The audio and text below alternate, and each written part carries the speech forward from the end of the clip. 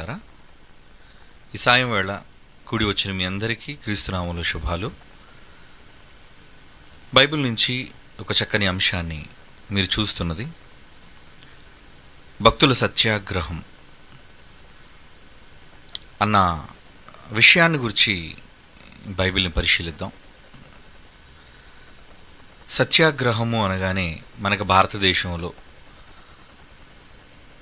స్వతంత్రం కోసం పోరాటం చేసిన మహాత్ముడు చేపట్టిన సత్యాగ్రహం గుర్తొస్తుంది. అనగా అహింసతో బ్రిటిష్ వారి పాలనను ఎదిరించి సహిస్తూ దేనినైనా విజయాన్ని సాధించాలి అని చెప్పడానికి గాంధీ గారు ఉపయోగించిన పదమే సత్యాగ్రహం. అంటే సత్యంకై వారు చూపే పట్టుదల, ఆసక్తి. కానీ ఇక్కడ మనం ఆలోచించవలసింది ఏంటంటే, వాక్యం కోసం సత్యం అనగా నీ వాక్యమే సత్యమని బైబిల్ చెప్పింది. కనుక అటువంటి వాక్యమైన సత్యం కోసం ఆగ్రహం చూపటం అంటే ఎవరైనా సత్యాన్ని అసత్యంగా ఒకవేళ మారిస్తే వారి పట్ల ఆగ్రహం చూపించవలసిన అవసరత ఉంది. బైబిల్ చరిత్రలో ఎందరో భక్తులు వాళ్లకున్న ఆగ్రహం, అది వాక్య సంబంధమైన ఆగ్రహం, వాక్యం కొరకైన ఆవేశం, కోపం అని చెప్పుకోవచ్చు. ఆగ్రహం అనగానే కోపానికి మరి ఒక పదాన్ని, పర్యాయ పదంగా ఆగ్రహాన్ని తీసుకోవచ్చు. అయితే వాక్యం చెప్పిన వారిలో లేదా భక్తులలో కోపం ఉండొచ్చా? ఆగ్రహం ఉండొచ్చా? చాలామంది క్రైస్తవ లోకంలో వాక్యాన్ని బోధించే బోధకుడికి అసలు కోపమే ఉండకూడదు అనే తప్పుడు విధానంలో క్రైస్తవ్యం అంతా ఉండేదండి. కోపపడకూడదు, ఎందుకంటే బైబిల్లో చెప్పబడిన మాట.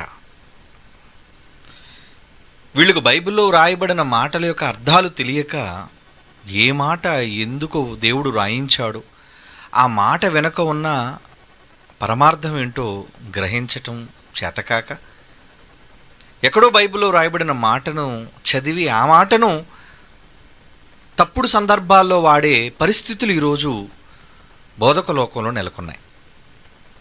కనుక భక్తులు చూపించవలసిన ఆవేశం, ఆగ్రహం, కోపం చూపించాలి. అందుకే ఇప్పటి వరకు క్రైస్తవ లోకంలో బోధకుల ప్రసంగాలలో పసలేదు. అంటే అర్ధరహితంగా, కోపం లేనిదిగా, శాంతమూర్తులుగా, సాత్వికముతో కూడిన ప్రసంగాలకు అలవాటు పడిపోయారు, అలవాటు పరిచారు వీళ్ళు. ఏమండి, ఎక్కువ మంది క్రైస్తవుల్లో వాక్చాతుర్యంతో మృదువుగా మాట్లాడే వాళ్ళ మాటలకు ఆకర్షింపబడతారు. అది వాక్చాతుర్యం, వాక్శక్తి కాదు. అంటే వాళ్ళ మాటలలో చతురత అంటారు దాన్ని.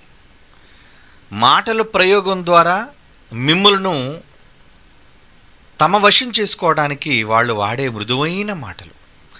మరణించిపోయిన చాలామంది ఉన్నారండి.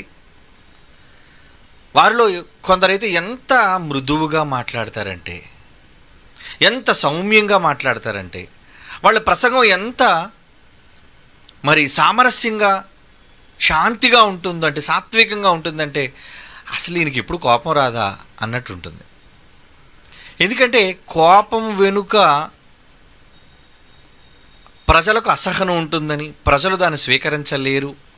కనుక నేను కోపపడి వీరిని దూరం చేసుకునే కన్నా నేను సౌమ్యంగా వీళ్ళతో మాట్లాడి వీళ్ళు మంచి చేసుకొని వాళ్ళని గెలవటం ముఖ్యం అనే ఒక తప్పుడు సిద్ధాంతంలో చాలామంది ఉన్నారు ఈరోజు. అలాంటి బోధకుడు వెంబడి కూడా పోయేవాళ్ళు, వెంబడించేవాళ్ళు చాలామంది ఉన్నారు.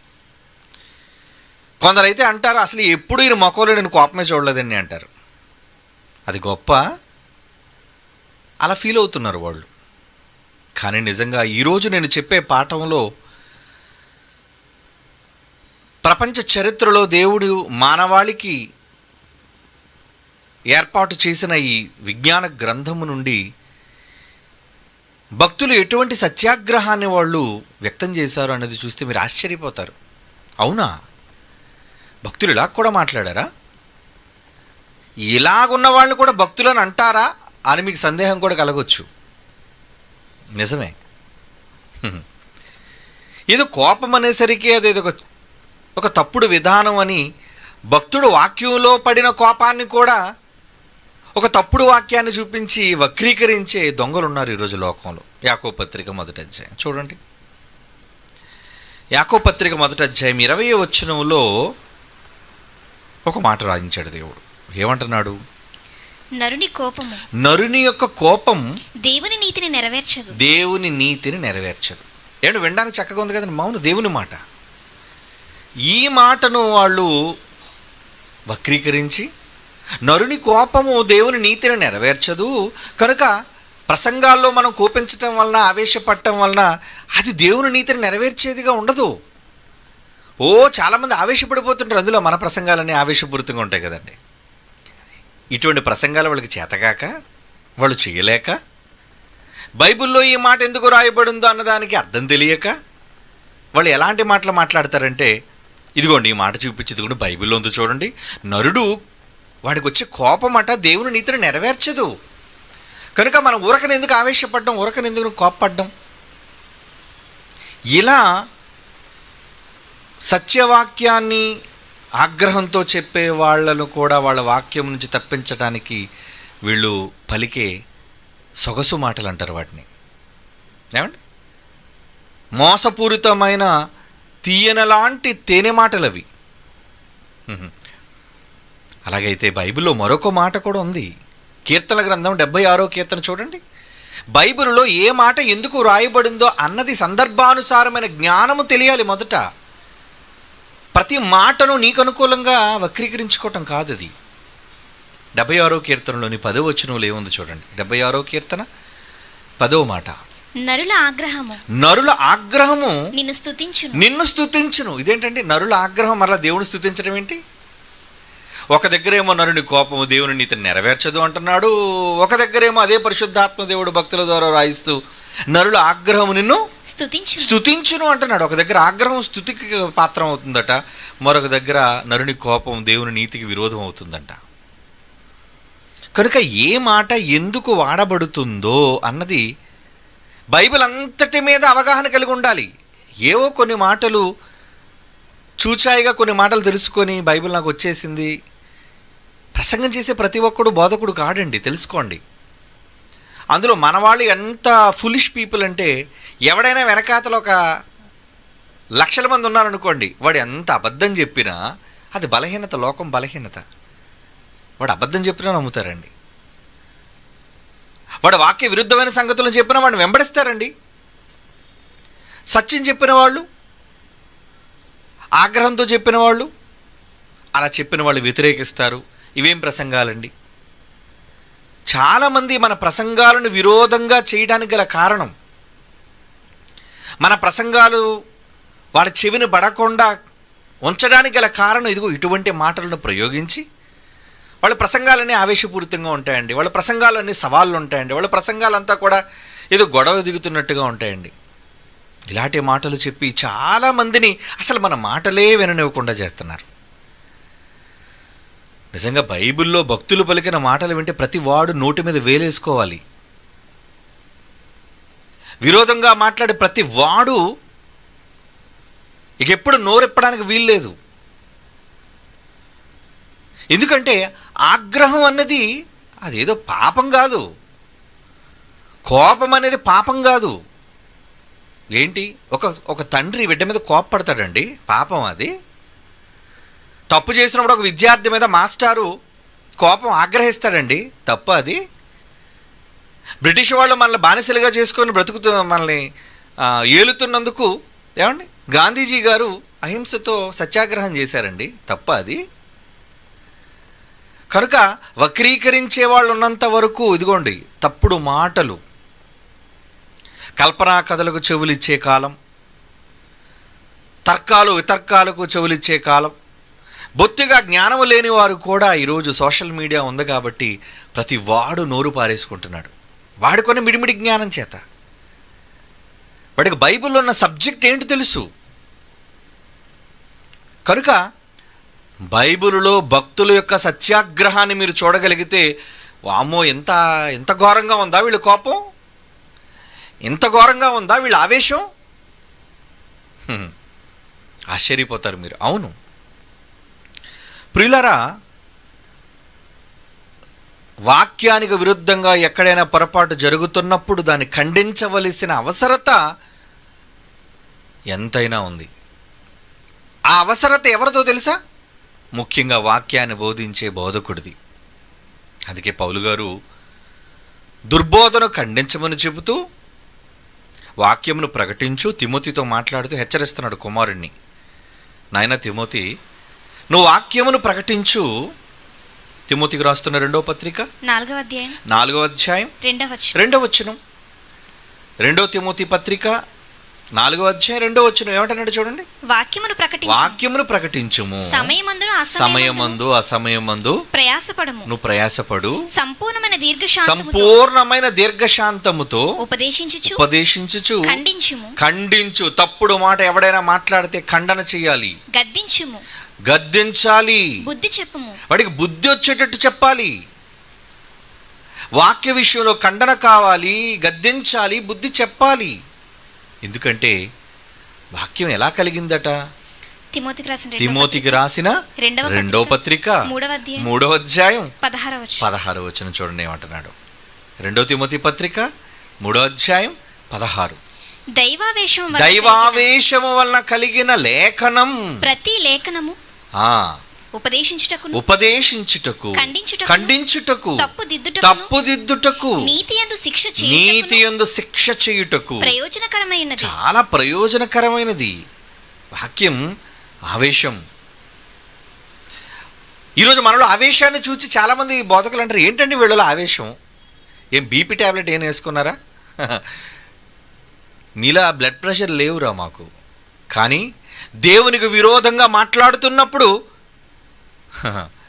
దేవుడు ప్రెషర్ మీ మీదకి రాకుండా ఉండడానికి మిమ్మల్ని హెచ్చరిస్తున్నాం.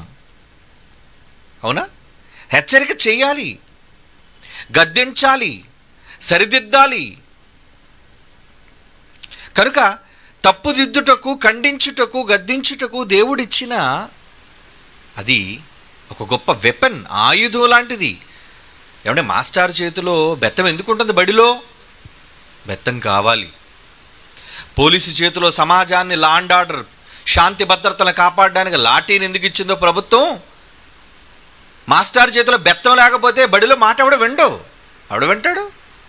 చిత్తకోటేలు పట్టుకొని తొక్క తీసేయాలి. అవునా? విడిచిపెట్టకుండా వాడిని పరుగులు తీయించి మరి కొట్టాలి. అలా కొట్టకపోతే వాడు మారడు. సమాజానికి కూడా అటువంటిది అవసరం.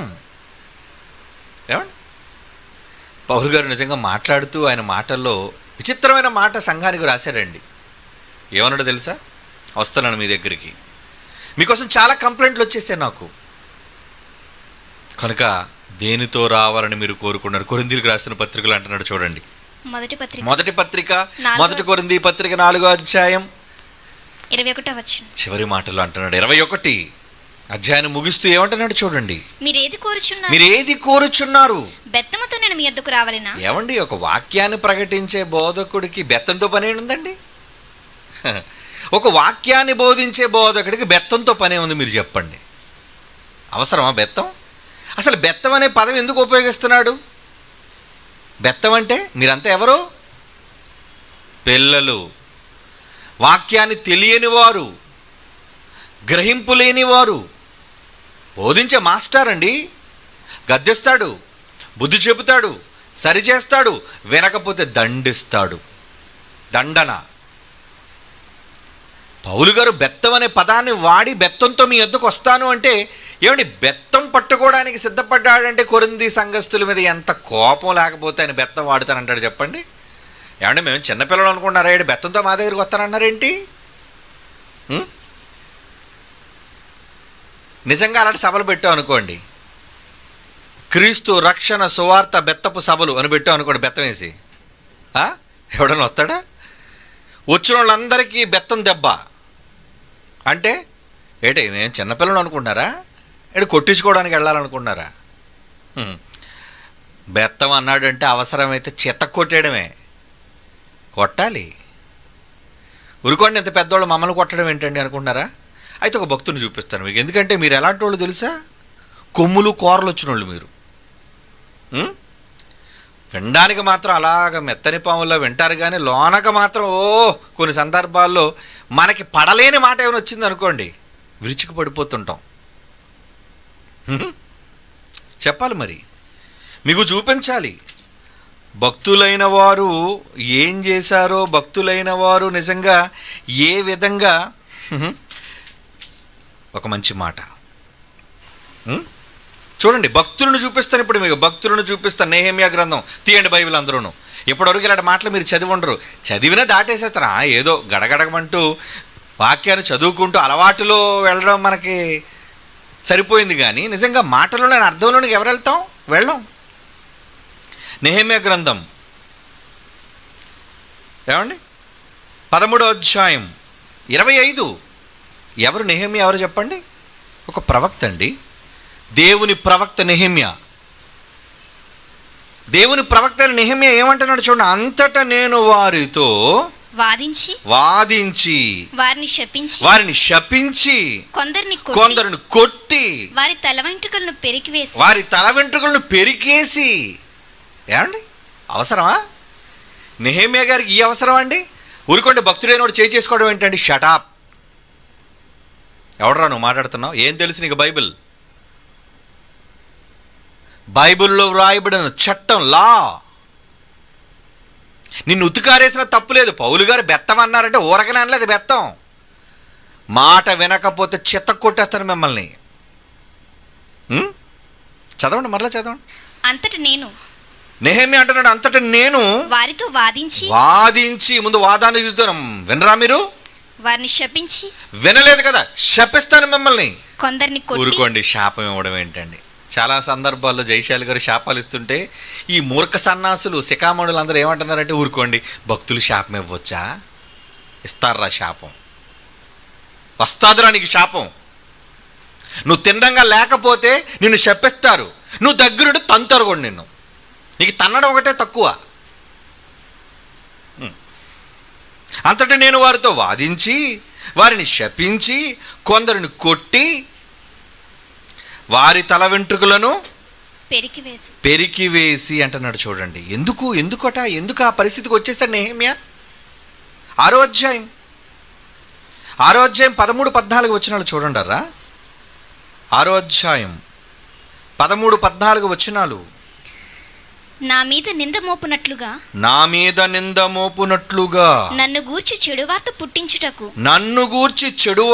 పుట్టించుటకు షెమయాకు లంచమిచ్చియుండిరి. ఏమండి ఏం చేశారటండి? ఒక భక్తుడి మీద చెడ్డ మాట మాట్లాడడానికి లంచం ఇచ్చారటండి దౌర్భాగ్యులు. లంచం దేనికి? లంచం నింద మోపునట్లుగా నన్ను గూర్చి చెడు వార్త పుట్టించుటకు వారతనికి లంచమిచ్చియుండిరి. ఇంకా నా దేవా వారి క్రియలను బట్టి టోబియా సన్బలటును దుర్మార్గులున్నారు, నన్ను భయపెట్టవలనని కనిపెట్టి ఉన్న ప్రవక్తలను నోవద్యను ప్రవక్త్రిని జ్ఞాపకము చేసుకో. చూసారు, దొంగల పేర్లు చెప్తున్నాడు. ఎవరు వచ్చారంటే దొంగలు ఎవరెవరున్నారు? టోబియా అన్న దరిద్రుడు ఉన్నాడు, సన్బలట్ అన్న దుర్మార్గుడు ఉన్నాడు, నన్ను భయపెట్టవలనని కనిపెట్టి ఉన్న ప్రవక్తలు. ఎవడాడు? నోవద్య అను ప్రవక్త్రి ఆడది. వీళ్ళు కూడా ఉంటారు, ఎందుకంటే తగుదునమ్మ అని ప్రతిదానికి దూరుతారు కదా. వీళ్ళేం తక్కుతున్నోళ్ళు గారు, ఏమండి? వీళ్ళు సామాన్యులు గారు. మాట్లాడడంలో, సనగడంలో, ఎదుటి వాళ్ళ మీద నేరం మోపడంలో వీళ్ళు సమానులే. ప్రవక్త దేవుని వాక్యాన్ని చెప్పడానికి వచ్చిన ప్రవక్త మీద తిరుగుబాటు. మరి ఏం చేయాలి? మీరు తిరుగుబాటు చేస్తే శాంతి, శాంతి, ప్రేమ.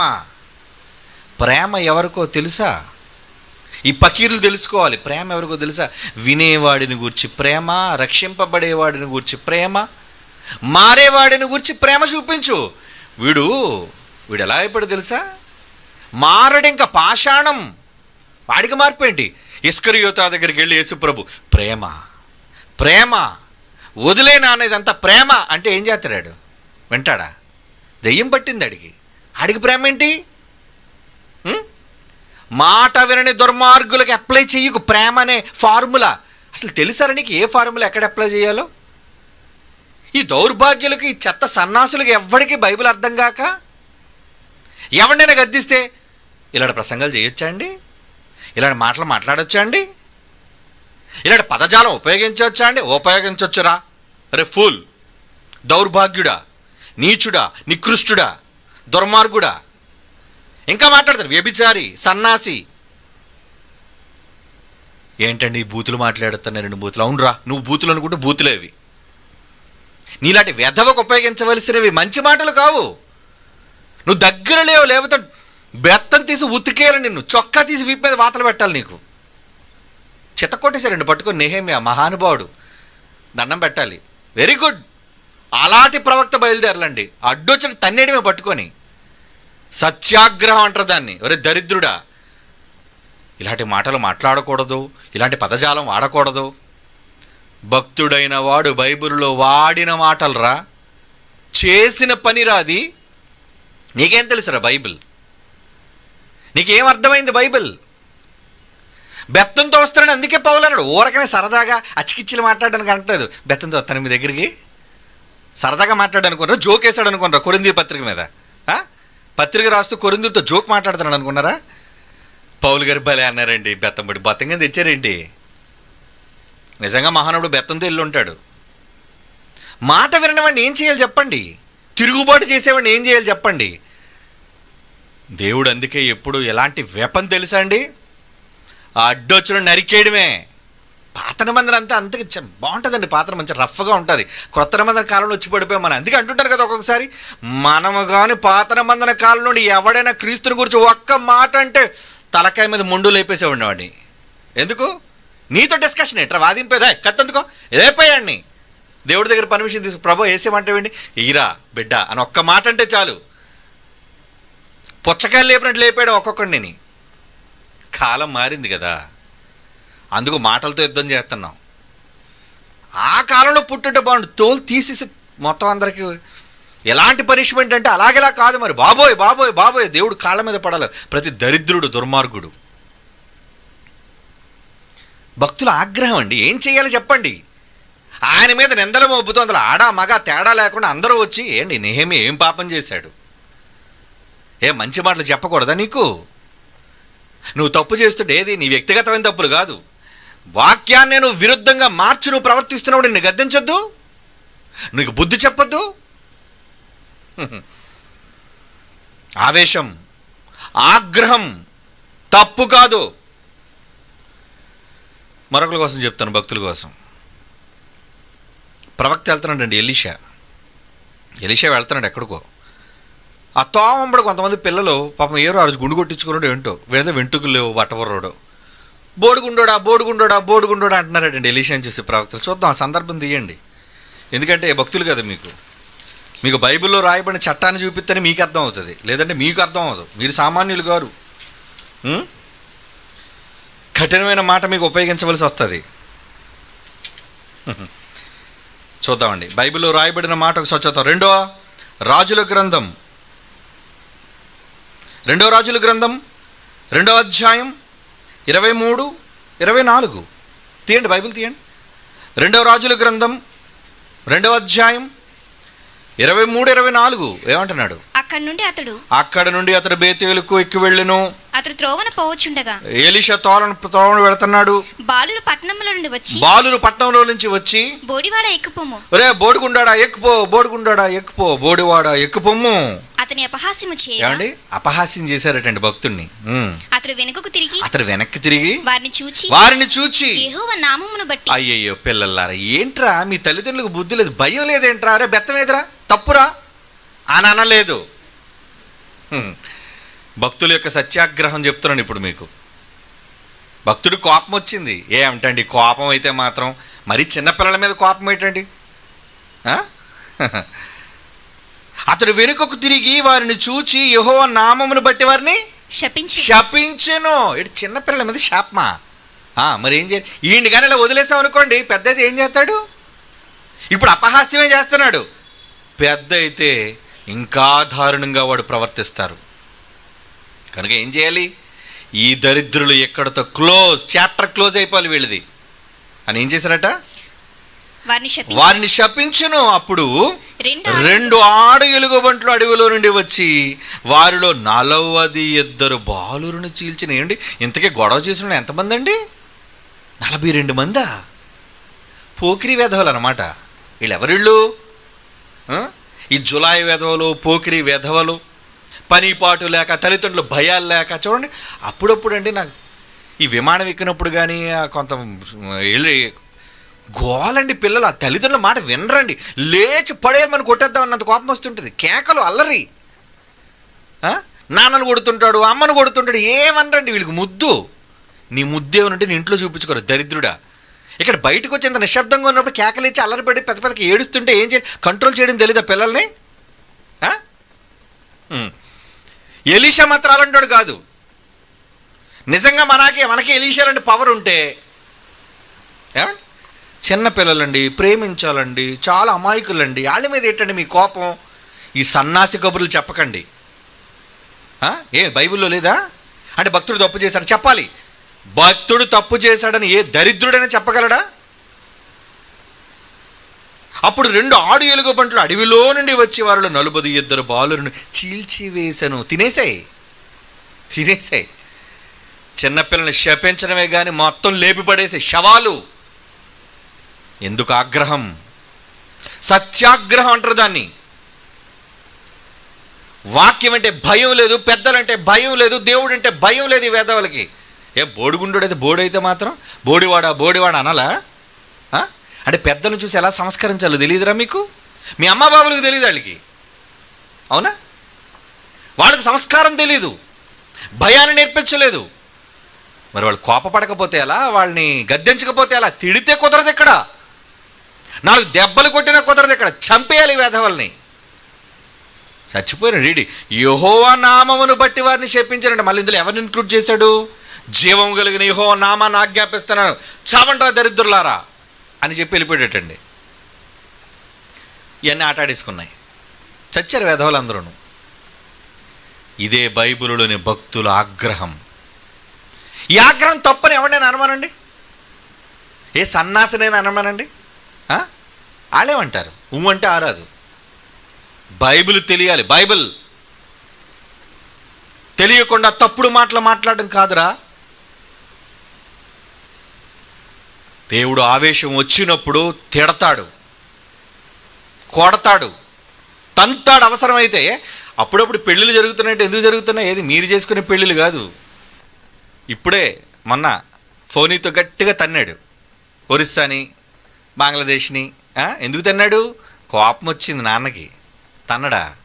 తంతాడు. మరి నేను ఎందుకు తన్నాడు? తన్నాలి, దేవుని కోపం చూపించాలి. ఆగ్రహం లేకపోతే ఎలా? కోపం వచ్చినప్పుడు తిడతారండి, తిట్టకూడదంటే ఎలా? బడిలో తిట్టారనుకోండి, కంప్లైంట్ ఇస్తారండి వెళ్ళి, టీచర్ అమ్మ తిడుతున్నాను. వీడు గొడవ కొత్తాడు మరుసటి రోజు. ఆశ్చర్య, మా అబ్బాయిని మీరు ఎందుకు అంటున్నారు? అండ ఇష్టం లేకపోతే ఒరే పెట్టుకోరా నీ ఇంటి దగ్గర, బడికి ఎందుకు పంపించావు? చాలామందికి పిల్లలంటే తల్లిదండ్రులు తట్టుకోలేరండి, కోపం వచ్చేస్తుండే తల్లికి. ఎందుకు కోపం? పడాలి, తిట్టేటప్పుడు పడాలి, కొట్టేటప్పుడు పడాలి. కుదరదంటే పో, తీసుకుపో. ఎందుకంటే దేవుని ఆవేశం అండి, దైవావేశం వల్ల కలిగిన లేఖనం. దేవుని మాటలు నిజంగా భక్తుల హృదయాల్లో నుంచి వస్తున్నప్పుడు ఎందుకు ఆయన కోపానికి గురవుతున్నారు? వాళ్ళు ఆగ్రహానికి కారణం ఉంది, వారి కోపానికి కారణం ఉంది, వాళ్ళ కోపం వెనుక అర్థం ఉంది. తప్పు పట్టడానికి వీల్లేదు. నువ్వు శాపమా? మరి శపించకపోతే ఏం చేయాలి? శపించకపోతే ఏం చేయాలండి? ఒక మంచి మాట భక్తుడు, మరో భక్తుడు చూపిస్తాను ఇప్పుడు మీకు. మరొక భక్తుడు మాట చూపిస్తాను మీకు. కీర్తన గ్రంథం చూడండి, 58వ కీర్తన. 58వ కీర్తన ఏమండి? 58వ కీర్తన. ఈ కీర్తన ఎవరు రాస్తున్నారు తెలుసండి? భక్తుడైన దావీదు గారు రాస్తున్నారండి. ఇందులో 6వ వచనం చూడండి, మంచి మాట ఉంటుంది, మంచి వాక్యం, బంగారు వాక్యం. 58వ కీర్తనలోని 6వ వచనం. దేవా వారి నోటి పండ్లు విరగొట్టుము. వారి దవడ పళ్ళు ఓడగొట్టే ప్రభువా. ఎవరంటున్నారండి ఈ మాట? పళ్ళు ఇరగొట్టేమని ఎవరంటున్నారు? భక్తుడైన దావీదు. అంటే నీ పళ్ళు ఓడగొట్టేమని దేవుడితో చెప్తున్నానంటే నీ మీద ఎంత కోపం లేకపోతే ఆ మాట అంటాను చెప్పండి. ఆలోచించండి. భక్తుడైన దావీదు పలుకుతున్న మాట ఏమని? దేవా వారి నోటి పళ్ళు విరగొట్టే, ఒక్క పన్ను ఉండకూడదు ప్రభు. 32 పళ్ళు ఊడిపోలేదు దుర్మార్గులకి. ఎందుకు వచ్చింది ఆయన కోపం? నువ్వు చెడ్డ మంచోడువని, నువ్వు చాలా భక్తుడివని, నువ్వు ఎంత హింస కలుగు చేస్తున్నావురా, నువ్వు ఎంత బాధ పెడుతున్నావురా, నువ్వు ఎంత చండాలుడురా, ఎంత దుర్మార్గుడురా నువ్వు. ఒక భక్తుడు పడే ఆవేదన. ఏం భక్తుడికి ఆవేశం రాదా? ఏం భక్తులను కూడా తెల్లబట్టలు వేసుకుని ఎప్పుడు శాంతి శాంతి శాంతి, ఎప్పుడూ లేనిది యేసుక్రీస్తుకి కోపం వచ్చిందండి. ఒక సందర్భమే రాయబడింది, ఇంకా చాలా ఉన్నాయి ఆయన కోపపడిన సందర్భాలు. అలా రాసుకుంటూ పోతే భూమి కూడా సరిపోదు. ఆయన చేసిన కార్యక్రమాలు చాలా ఉన్నాయి. ఏమండి? కొరడా పట్టి బళ్ళు తిరగదోస్తారండి. ఏంటనమాట అక్కడ? రోకలు అమ్మేవారిని, పావురాలు అమ్మేవారిని, ఎన్నిటిని కూడా ఆయన ఎందుకు వెళ్ళగొట్టేశాడు? కోపం వచ్చేసింది. అది మీకు తెలిసిన సందర్భమే, చాలాసార్లు చదువుకున్నారు. ప్రేమామయుడు, కరుణామయుడు, దయామయుడు అని పేర్లు కలిగిన ఆయనకి ఆగ్రహం వచ్చేసిందంటే కోపానికి అర్థం ఉందండి. వ్యాపారపు ఇల్లుగా మార్చేశారు తండ్రి ఇంటిని. తొలగిపోతే ఎలా? కోపడకపోతే ఎలా? గట్టిగా కేకలేసిన ఎవడ వెండవు కనుక ఏం చేయాలి? దౌర్జన్యం. తోసేయి. పాపం ఇంకా శిష్యులు కూడా పిల్లరా, శిష్యులారా రండిరా, తోసేయండిరా ఈ బలలన్నీ అనలేదు. ఆయన ఒక్కడే వెళ్ళిపోయాడండి, మొత్తం లేపేశాడండి అన్నిటిని. ఏంటో గోండాలా ప్రవర్తించలేదు అక్కడ. యేసుక్రీస్తు వారు డైరెక్ట్గా వెళ్ళిపోయి ఎందుకంత దారుణంగా ప్రవర్తిస్తున్నారు అక్కడ? అది లోకానికి దారుణంగా కనిపిస్తుంది, కానీ అందులో సత్యం, ఆగ్రహానికి కారణం మంచి ఉంది. నువ్వు కోపం వచ్చిందని కోపాన్ని చూడగల దుర్మార్గుడా. కోపం వెనుక ఉన్న కారణాన్ని చూడు. కోపం వెనుక అర్థం ఉంది. 140వ కీర్తన. దావీదు గారు మరొక మంచి మాట చూద్దామండి. దావీదు గారు రాస్తున్న కీర్తనల గ్రంథం 140వ కీర్తన. 140వ కీర్తన 8వ వచనం. 140వ కీర్తన 8వ వచనం. యెహోవా భక్తిహీనుల కోరికలను తీర్చొద్దయ్యా. 10వ వచనం. కణకణలాడు నిప్పులు వారి మీద వేయబడుగాక. చూడండి, దీవెనలు ఇస్తున్నాడు ఇప్పుడు భక్తులకి. ఏమంటే భక్తుడు నోటి నుంచి దీవెనలు, ఆశీర్వాదాలు రావాలి, కానీ ఇటువంటి శాపవచనాలు రాకూడదు. ఒక్క నోటి నుంచే శాపవచనం, ఒక్క నోటి నుంచి ఆశీర్వచనం వస్తుందని ఇలాంటి కబుర్లు చెప్పొద్దు బైబిల్లో. ఎవరి దగ్గర చెప్పు, మా దగ్గర చెప్పొద్దు. Because we know what is what in Bible. బైబిల్లో ఏది ఎందుకు రాయబడింది అన్నది మాకు తెలుసు. నీకేం తెలుసు? వాక్యాన్ని వక్రీకరించడం, ట్విస్ట్ చేయడం తప్ప. గొడవలు పెట్టి అల్లర్లు చేసి గాడిద గుడ్డి ఎవరో పెద్దోళ్ళు అనేసి పైకి వెళ్ళిపోతాను. నువ్వు ఎప్పుడు పైకి రాలేవురా దరిద్రుడా. కారణం నీ ఆగ్రహం వెనక అసూయ. కొంతమంది కోపం వచ్చేస్తారు, ఎందుకు అసూయతో కోపపడతారు. నీది సత్యాగ్రహం కాదు, నిజమైన దేవుని బాధతో అసత్యమై వెళుతున్నారని బాధ కాదు. ఏమంటున్నాడు చూడండి, 10వ వచనం. కణకణలాడు నిప్పులు వారి మీద వేయబడునుగాక, వారు తిరిగి లేవకుండానట్లు అగ్నిగుండంలో వారు కోల్చబడుదురుగాక, అగాధ జలముల్లోనికి త్రోయబడుదురుగాక. ఎక్కడ దోషమన్నాడండి? ఏంటి దేవుడికి ఇలాంటి ప్రార్థన చేయొచ్చా భక్తులు? మీరు ఎప్పుడైనా చేశారు ఇలాంటి ప్రార్థన? మీకు శత్రువులైన వారి కోసం చేయకండి, ఆ ప్రార్థన నెరవేరదు.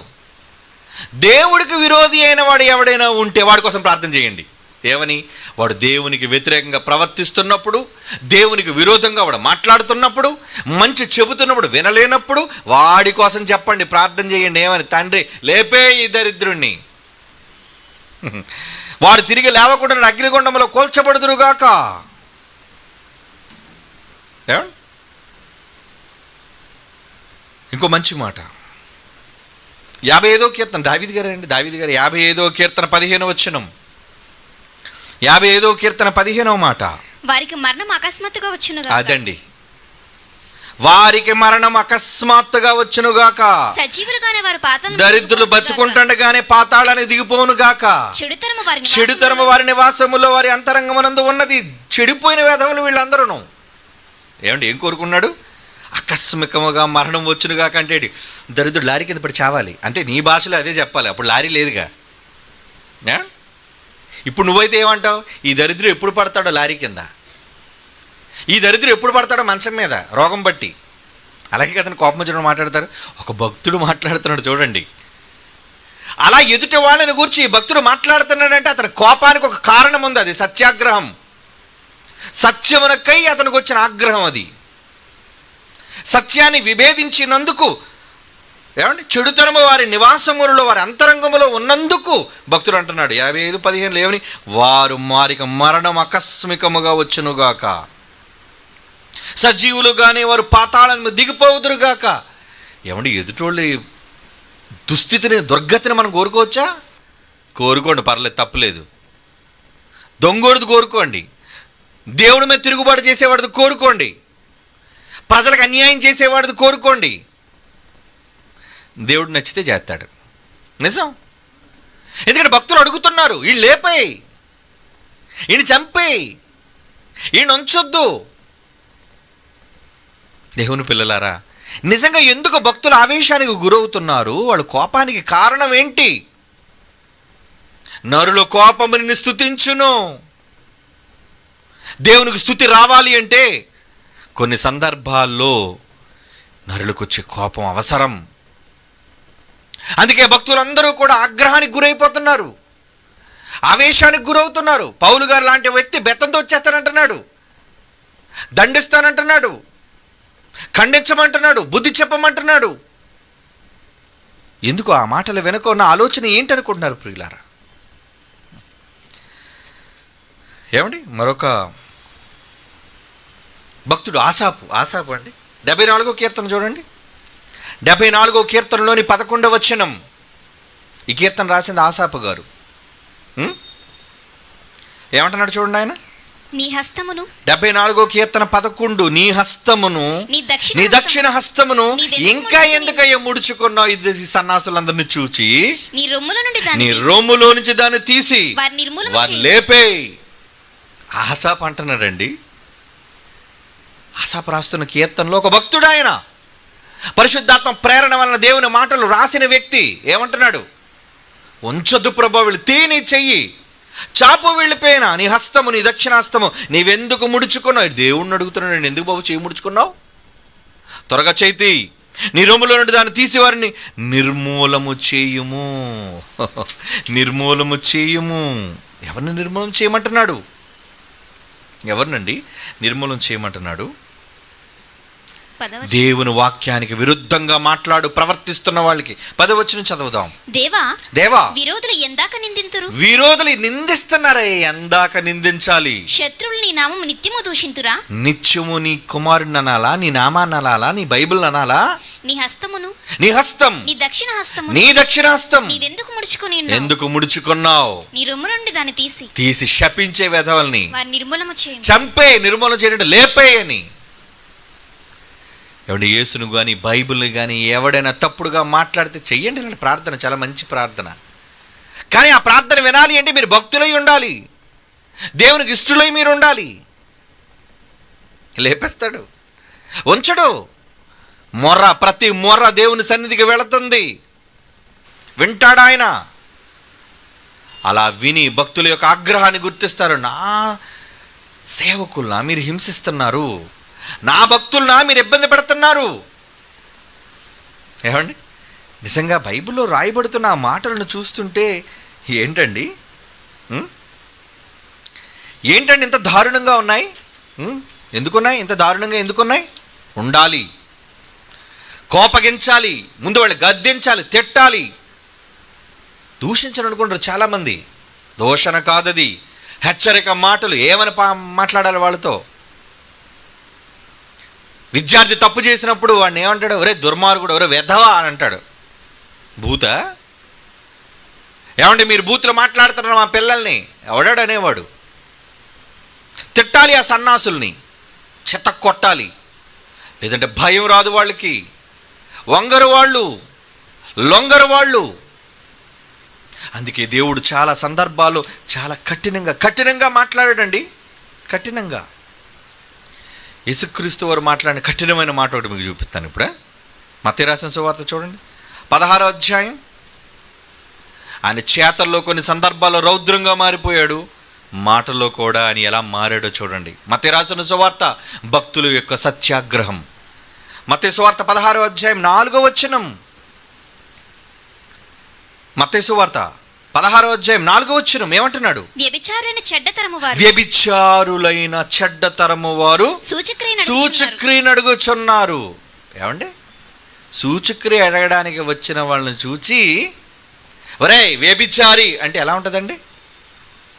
ఆలోచించండి. బైబిల్లో చాలా మంచి భాష రాయబడింది. వ్యభిచారి అంటే దానికి పర్యాయ పదాలు చాలా బాగా తెలుసు మీకు. తిట్లు. వ్యభిచారి అంటే ఎవరు?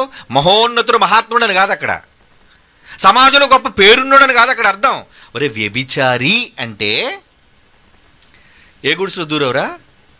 మీకు ఎలాగైతే అర్థం అవుతుంది. మరి ఏ సందులో దూరవురా నువ్వు? ఎవరితో పడుకున్నావు నువ్వు? ఏంటయ్యా నీకేం సంస్కారం ఉందా? సమాజంలో పెద్ద మనుషులను మమ్మల్ని పట్టుకొని, నేను శాస్త్రులు పరిశీలండి వాళ్ళంతా సమాజంలో పెద్ద మనుషులు, దండాలు పెట్టించుకునేవాళ్ళు.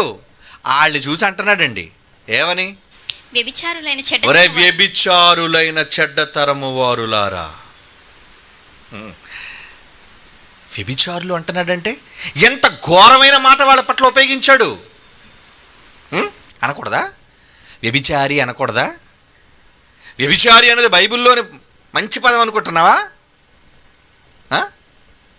ఆడవాళ్ళైతే వ్యభిచారి, అది ఆడదాన్నైనా మగవాడినైనా వ్యభిచారి అంటారు. ఏమండి, ఆడవాళ్ళైతే ఇంకా దారుణమైన మాట ప్రయోగించవచ్చు. పర్యాయ పదాలు అవే. అది మంచిగా మాట్లాడినా, సంస్కృత భాషలో తిట్టినా అదే దాని అర్థం. దేవుడికి లోబడిన వాడిని హెబ్రీ పత్రికలో దేవుడు ఒక మాట అన్నాడండి. చూడండి, హెబ్రీ పత్రిక 12వ అధ్యాయంలో ఒక ముద్దు మాట ప్రయోగించాడు దేవుడు తన పిల్లల పట్ల. శిక్షా విధిలో పాల్గొనని వారు, హెబ్రీ పత్రిక 12వ అధ్యాయం, హెబ్రీలకు రాసిన పత్రిక 12వ అధ్యాయం 8వ వచనం. క్విక్. కుమారులైన వారందరూ శిక్షలో పాలు పొందుచున్నారు, మీరు పొందని ఎడల దుర్బీజులు రా మీరు అన్నాడు. దుర్బీజులు అంటే మూలాలకు వెళ్ళండి ఆ పదం. దుర్బీజులు అంటే నీ పుట్టుక నువ్వు మంచిగా పుట్టలే, ఒక అమ్మకి అబ్బకి పుట్టలేదు నువ్వు. జయశాలగిరి ఈ మాట అంటే అవ్వా ఏటండి ఈ మాటలండి, నీ ప్రసంగం ఏంటండి, నీకు ఏట్రా తెలుసు బైబిల్? ఒరే గొట్టంగా, ఒరే దుర్మార్గులారా, బైబిల్ ఏట్రా తెలుసు మీకు? ఏదో బైబిల్లో మంచి పదంతో రాయబడి ఉంది కాబట్టి తిట్లు కావు ఏంటి, ఆశీర్వాదాలు అనుకున్నావేంటి ఇవన్నీ? దుర్బీజుడు అంటే ఏంటో తెలుసా? నీ పుట్టుక సరే ఎవరితకు పుట్టావురా నువ్వు? మీ అమ్మ ఎవరితో పోతే కన్నది నిన్ను, అది ఆ మాట. ఇంకా పచ్చి మాటలు చాలా ఉన్నాయి. అర్థం అదే. ఎందుకు వచ్చింది దేవుడు కోపం? ఎందుకంటున్నాడు ఆగ్రహం? ఆయన కోపం వెనుక, ఆయన తిట్ల వెనుక ఉన్న అర్థం ఏంటో తెలుసా? నువ్వు సరైనడు కాదు కాబట్టి. అవును, దుర్బీజులు అంటున్నాడు చూడండి. దుర్బీజులు. ఇప్పుడు యేసుప్రభు ఏమన్నాడు? ఒరే వ్యభిచారులురా, మీరు అందరూ వ్యభిచారులురా. ఎందుకన్నాడు ఆయన? ఆగ్రహంతో అన్నాడు. వాక్యం తెలుసు కాబట్టి సత్యాగ్రహంతో అన్నాడు ఆ మాట. రైట్, ఆయన అన్నమాట రైట్, కరెక్ట్. కాదని ఏమన్నా చెప్పానండి? ఎనీబడి తప్పు అన్నాడండి యేసుప్రభు అని? దేవుడు తప్పు అన్నాడండి అని? రే ఏదైనా మాట అర్థం అదేరా, అదే ఆ మాట అర్థం. పిలాతు తప్పుడు మాటలు మాట్లాడితే ఏమన్నాడు? రే వెళ్ళి ఆ నక్కతో చెప్పాను, నక్కతో చెప్పాను. నక్కతో ఎందుకు చెప్పమన్నాడు? నక్కాడు. ఏమండి, రోమపత్రిక 13వ అధ్యాయం ఉపయోగించి మీ అధికారులను మీరంతా లోబడి ఉండవాలను, ఆ రెఫరెన్స్ చెప్పొద్దు ఇక్కడ. ఏ మాట ఎక్కడ ప్రయోగించాలి నీకు తెలియదు. ఏమండి, ప్రతి వాడు తన పై అధికారికి లోబడి ఉండవాలి. ఎప్పుడు ఒరే సన్నాసి, ఎప్పుడంటే వాడు దేవుడికి లోబడి ఉంటే నువ్వు వాడికి లోబడరా. వాడు దేవుడికి విరోధంగా ఉంటే వాడికి నువ్వు గౌరవిస్తావేట్రా? నక్కది, కుక్కది, పందది. దేవుడు ఎన్నో మాటలు అన్నాడు. పందులుగా పోల్చాడు, కుక్కలుగా పోల్చాడు. బైబిల్లో రాయబడిన చాలా మాటలు బూతులు అనుకొని అంటున్నారు ఈ వెధవలు, అర్థం కాక. ఏంట్రా నీకు అర్థమైంది? బూత. బైబిల్లో చాలా బూతులు ఉన్నారు, చదవడం మానేరా దరిద్రుడా. బైబిల్ అన్ని బూతులు ఉన్నాయి. పవిత్ర గ్రంథం ఎందుకు రా చంకర పెట్టుకున్నావు? తలకింద ఎందుకు పెట్టుకున్నావు? హెజ్కేలు గ్రంథం చదువు ఒకసారి. హెజ్కేలు గ్రంథం చదువు అన్నాడు. ఆ మాటలకు అర్థం ఉంది. బూతులని చెప్పొద్దు, ఎవడో బూతులు మాట్లాడని చెప్పొద్దు. ఒరే పోకిరి వెధవ, సన్నాసి. వాక్యం అర్థం కాకపోతే నీ మాటలు ఎవడు వినడు కాబట్టి ఇలాంటి చెత్త మాటలన్నీ మాట్లాడి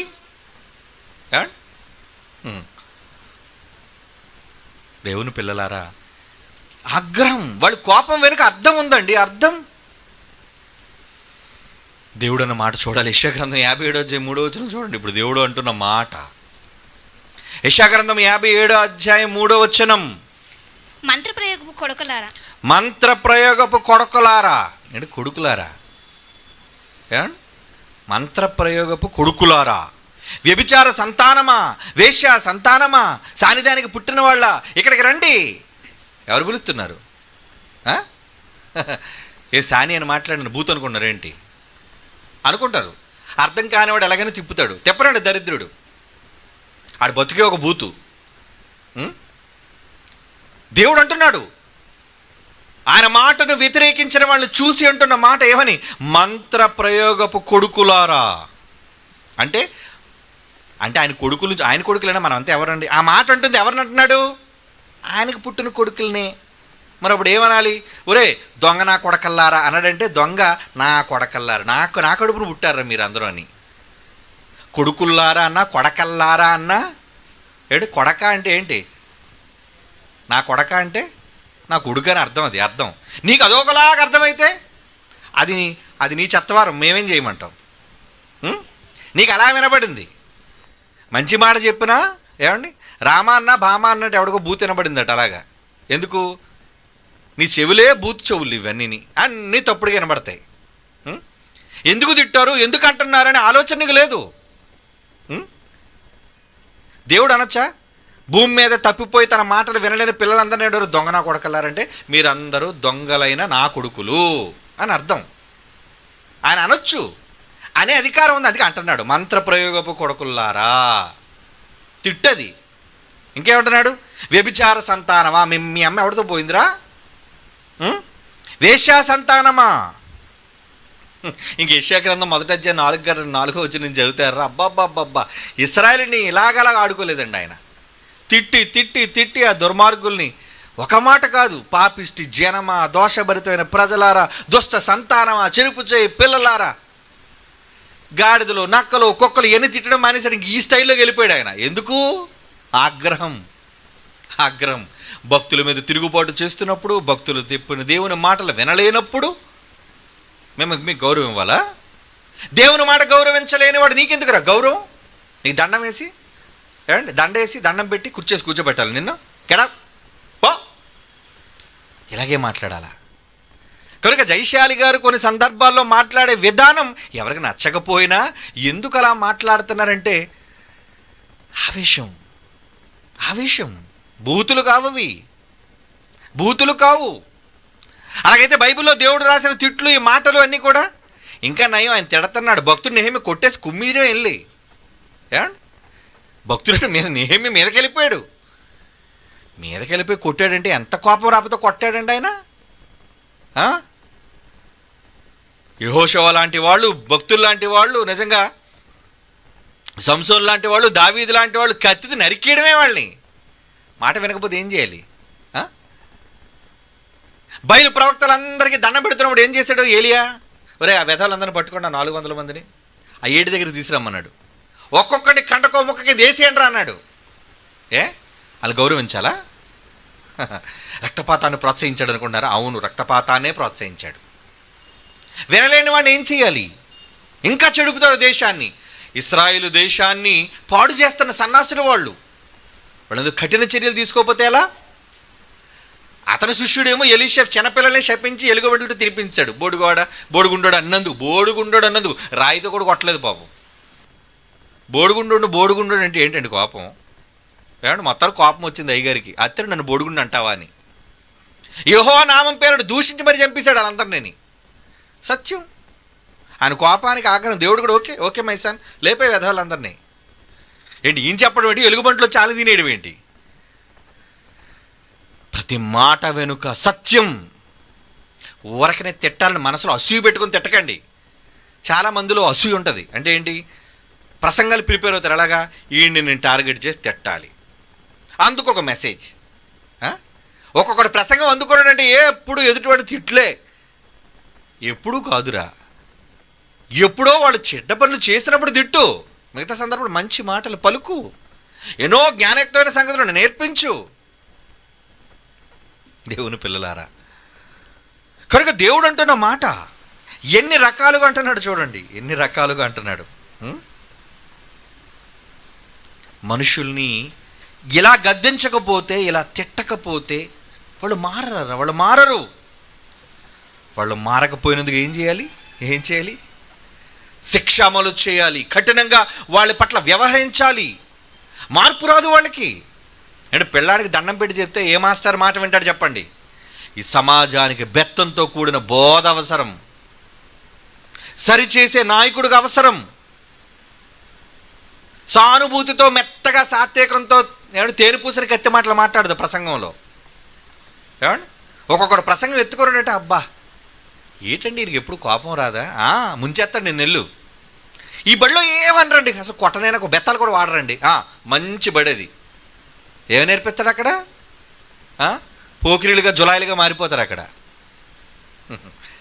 కనుక బడి అంటేనే బెత్తం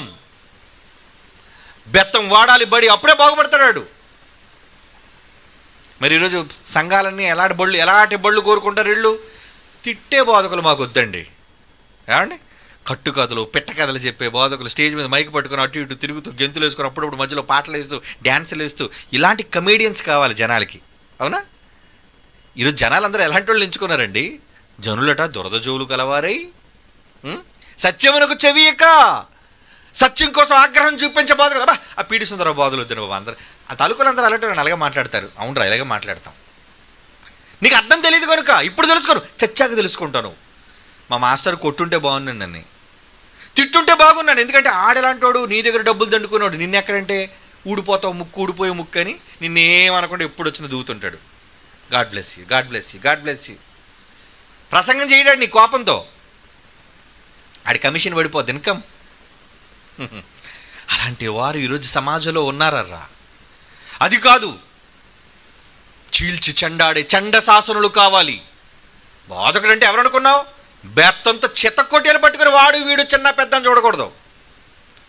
పబ్లిక్ మీటింగ్లో ఎందుకంత ర్యాష్గా మాట్లాడుతున్నావు అనుకున్నారు? అన్ని సందర్భాల్లో కాదు, అవసరం వచ్చినప్పుడు మాట్లాడాలి, వచ్చినప్పుడు తెగించి మాట్లాడాలి. ఎవడరా అని అడిగేవాడని. రా అని ఎందుకు ఉపయోగిస్తారు? అనాలి రా, అనకపోతే ఎలా? వాడు వినడు. అలా మాట్లాడితే కానీ మన దగ్గర ఉన్న సత్తా ఏంటో, దేవుని యొక్క జ్ఞానం ఏంటో, దేవుని యొక్క ఆలోచన ఏంటో వాడికి అర్థం కాదు.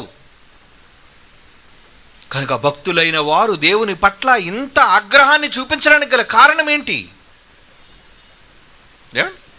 ఎందుకు చూపిస్తున్నారు చెప్పండి? చచ్చిపోయిన వాళ్ళు కూడా చాలాసార్లు మీరు విన్నారు కదా, అక్కడికి వెళ్ళిపోయారు మూడో ఆకాశంలో నెమ్మది పొందు చోటు. అక్కడ ఏమంటున్నారు వాళ్ళు? వెళ్ళి కంప్లైంట్. ఎవరి మీద కంప్లైంట్? ప్రకటన గ్రంథం 6వ అధ్యాయం 10వ వచనం. భూమి మీద ఇలాంటి దుర్మార్గుల జీవితాలను చూచిన వాళ్ళు, హింసకు గురైన వాళ్ళు పాతాళానికి పోయారు. అంటే పాతాళం అంటే మూడో ఆకాశం అని. మూడో ఆకాశంలో పరదేశులు నెమ్మది పొందు చోటుకి వెళ్ళాలి. ఏమంటున్నారు చూడండి, వారు నాథా సత్యస్వరూపి పరిశుద్ధుడా, ఎందాక తీర్పు తీర్చకయు, ఎందాక తీర్పు తీర్చకయు, మా రక్తము నిమిత్తము భూనివాసులకు భూనివాసులకు ప్రతిదండన చేయక ఉందువు. బిగ్గరగా కేకలు వేసి కేకలేస్తున్నాడు, చంపేయి లేపేయి వెధవలందరినీ కూడా. దండన, ప్రతిదండన. దండించమని ఎందుకు చెప్తున్నారు? దండన కావాలి ఈ లోకానికి. దండించే బోధలేవండి. ఈరోజు దండించి బోధ చేస్తే మనల్ని శత్రువులు కనుకుంటూ పోనేయండి. ఎవరు పోతారు? సత్యాన్ని వ్యతిరేకించే వీళ్ళు కల్పనా కథలు చెప్పే, కట్టుకథలు చెప్పే బోధకుల దగ్గరికి పోయినంత కాలం వాడితో పాటు ఈ గొర్రెలన్నీ కూడా పాతాళానికి పోతాయి, నరకంలోకి పోనివ్వండి. అక్కడ తెలుసుకుంటారు, అక్కడికి వెళ్ళిన తర్వాత ఎంత తప్పు చేశారో. ఉపయోగం ఏముంది? కాలాలి. గుడ్డివాడికి తోవ చూపించినట్టు అవుతుంది. ఇర్మియా గ్రంథం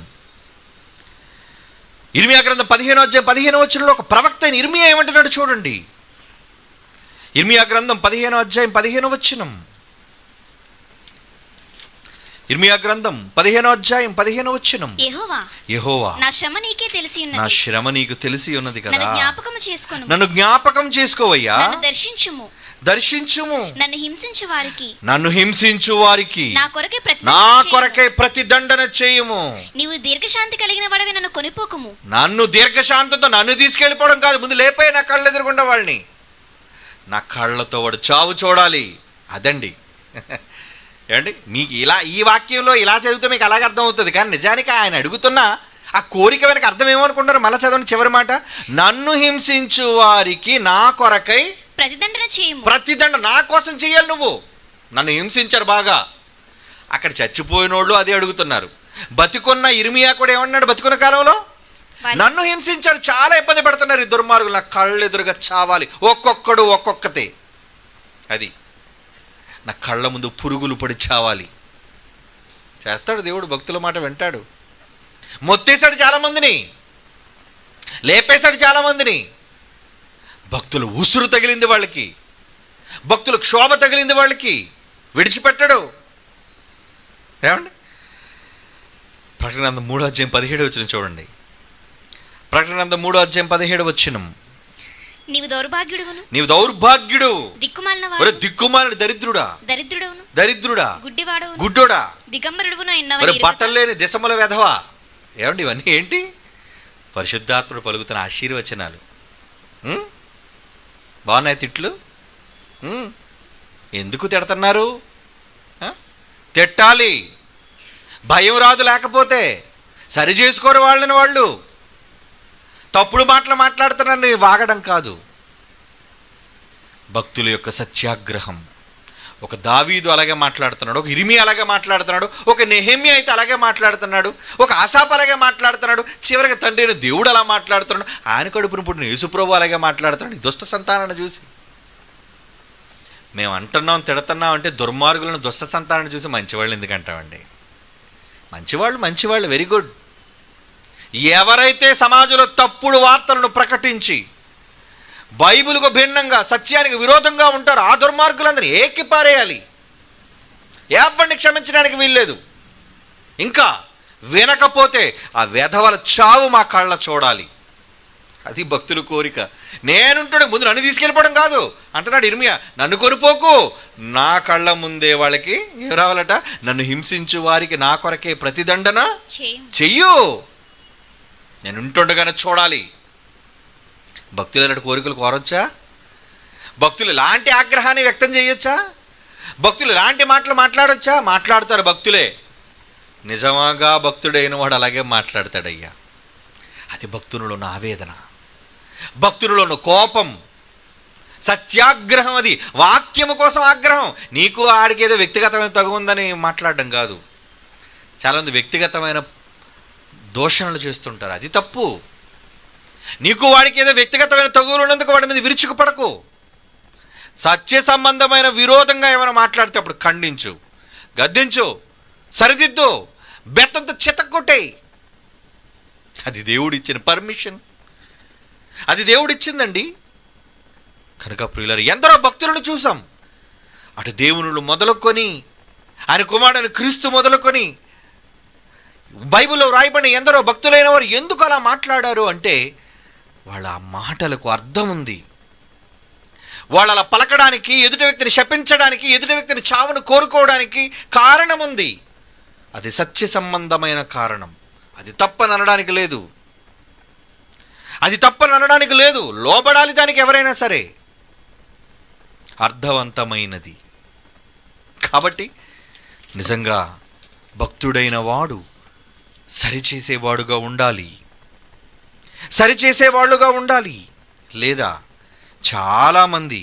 చాలామంది దుర్మార్గులైన వాళ్ళు ఏమండి తప్పుడు విధానంలో మనుష్యులను వక్రీకరించి తమ వెంట ఈడ్చుకుపోయేవాళ్ళు ఉంటారు మాటల చేత. జాగ్రత్త. అలాంటి వాళ్ళపై భక్తులు ముందు వాక్యంతో సరిచేయాలి, తిట్టాలి, దూషించాలి. దూషించడం అంటే నీలాగ దూషణ కాదు, అది సత్య సంబంధమైన దూషణ, సత్యము కొరకై దూషణ. వాళ్ళు దేవునికి విరోధంగా ప్రవర్తిస్తున్నందుకు వాళ్ళని సరిచేయడానికి గద్దింపు. కనుక భక్తుల ఆగ్రహానికి, భక్తుల ఆవేశానికి ఒక అర్థం ఉంది. ఆవేశపడే ప్రతి భక్తుణ్ణి తప్పుడుగా అనుకోవద్దు. నీకు బాధ కలుగుతుందంటే నీకేదో ఉందన్నమాట. ఎవరికీ లేని బాధ నీకెందుకు మండిపోతుంది? జబ్బు నీకే ఉంది కాబట్టి. ఏమంటే మందు రాసినాడు అబ్బో అని నువ్వు గెంతుతున్నావు అంటే ఏంటనమాట? నాకు మందు రాస్తే నాకేం మంటరా, ఎందుకంటే బికాస్ నాకు జబ్బు లేదు. నీకు జబ్బు ఉంది కనుక ఆయింట్మెంట్ తగిలేసరికి మంట అంటున్నావు. నువ్వు మండిపోతున్నావు అంటే కారణం ఏంటనమాట? రోగిష్టివిరా నువ్వు. ముందు నీ రోగాన్ని చెక్ చేసుకో. కోపం తెచ్చేసుకోవద్దు. తిట్టేస్తున్నాడు ఎందుకు కోపం? జబ్బు బాగా ముదిరిందనమాట. సరి చేసుకో, మారు. దేవుని యొక్క అనుగ్రహానికి గురవుతా. ఆగ్రహానికి కన్నా భక్తుడు ఆగ్రహం నీ మీద చూపిస్తే నువ్వు మారితే దేవుడు అనుగ్రహం నీ మీదకి వస్తుంది. అప్పుడు నువ్వు, నీ కుటుంబం చక్కగా ఉంటుంది. లేదా భక్తుడు కానీ ఒకవేళ కోపపడితే, భక్తుడే కోరుకున్నాడు దవడపళ్ళు ఓడగొట్టేదే తండ్రి వాడికి, లేపేవాడిని నా కళ్ళ ముందు చావాలి కోరుకున్నారు భక్తులు. మీరు విన్నారుగా. అటువంటి కోరికలు మీకోసం కూడా భక్తులుగా కోరుకోవలసి వస్తుంది. జాగ్రత్త. భక్తుల జోలికి రావద్దు. ఖబర్దార్. కళ్ళు మూసుకోండి. పరిశుద్ధులైన తండ్రి, మీ వాక్యాన్ని ప్రకటించిన ఎందరో సత్యాగ్రహానికి గురయ్యారు. వారి కోపంలో అర్థం ఉంది తండ్రి. వారు తిట్టడంలో, కోపగించుకోవటంలో పరమార్థం ఉంది తండ్రి. దాని వెనుక ఉన్నది మీరే. వారిని సరిచేయాలన్న సదుద్దేశంతో వారు చెప్పిన మాటలు అవన్నీ దుష్టులైన పనివారిని గూర్చి ప్రార్థిస్తున్నాం. వారి నుంచి అమాయకులని పిల్లలను కాపాడండి. ఎందరో మాటల చేత వక్రీకరణలకు గురి చేసి అమాయకులైన వారిని కలవరపరచడానికి చూస్తున్నారు. దుష్టులందరినీ మీ చేతులకు అప్పగిస్తున్నాం. మారారా? సరే, లేదంటే మీ ఆగ్రహం వాళ్ళ మీద కనబడాలి. అది మా కళ్ళతో మేము చూడాలి. యేసుక్రీస్తు వారి అమూల్యమైన నామములో ఈ ప్రార్థన మీకు సమర్పించుచున్నాము తండ్రి. ఆమెన్.